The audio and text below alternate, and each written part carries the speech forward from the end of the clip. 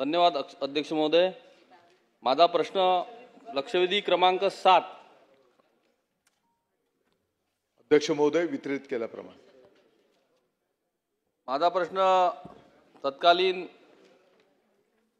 Deputy director आणि तत्कालीन राज्यमंत्री यांच्या बाबतीत शिक्षण उपसंचालक श्री शिवलिंग पटवे अमरावती तसेच शेतकऱ्यांचा गोरगरीब जनतेचा हितचिंतक असल्याचं नाटक करून स्वतःला मिरवणारे एक माजी राज्यमंत्री यांच्या कार्यकाळात शेकडो शिक्षकांच्या व शिक्षकेतर कर्मचारी यांच्या बोगस भरतीस मान्यता देऊन करोडो रुपयांचा आर्थिक भ्रष्टाचार झाल्याचे निदर्शनास आले आहे।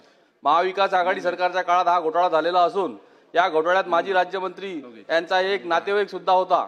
तसेच याच काळात या घोटाळ्याची चौकशी करणे तर दूरच, पण त्याच वेळी बोगस भरती करण्यात आलेल्या शिक्षकांचे थकीत वेतन सुद्धा दिले गेले।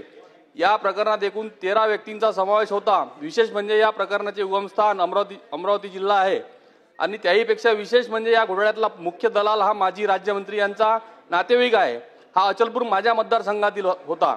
यात मतदारसंघातील दलालाने अनेक शाळांना गैरपद्धतीने अल्पसंख्याक दर्जा मिळवून दिला व माजी राज्यमंत्री यांच्या नातेवाईकाचा म्हणजेच या मुख्य दलालाचा दर्जा मिळवून देण्याचा रेट हा 10 लाख रुपये होता।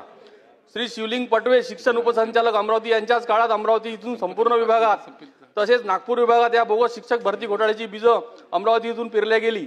याबाबत कित्येक वृत्तपत्रांमध्ये पुराव्यासह बातम्या अनेक पत्रकारांनी छापल्या, मात्र महाविकास आघाडी सरकारच्या काळात त्या माजी राज्यमंत्री व श्री शिवलिंग पटवे शिक्षण उपसंचालक यांच्यावर कोणतीही कारवाई करण्यात आली नाही। तरी माझी आपल्याला कळकळीची विनंती आहे की या प्रकरणाची SIT चौकशी करण्यात यावी, यातील दोषींवर कडक कारवाई करण्यात यावी व कोणत्या तुम्ही करणार आहात का आणि किती वेळात SIT ची स्थापना करणार आहात याचं उत्तर मला पाहिजे।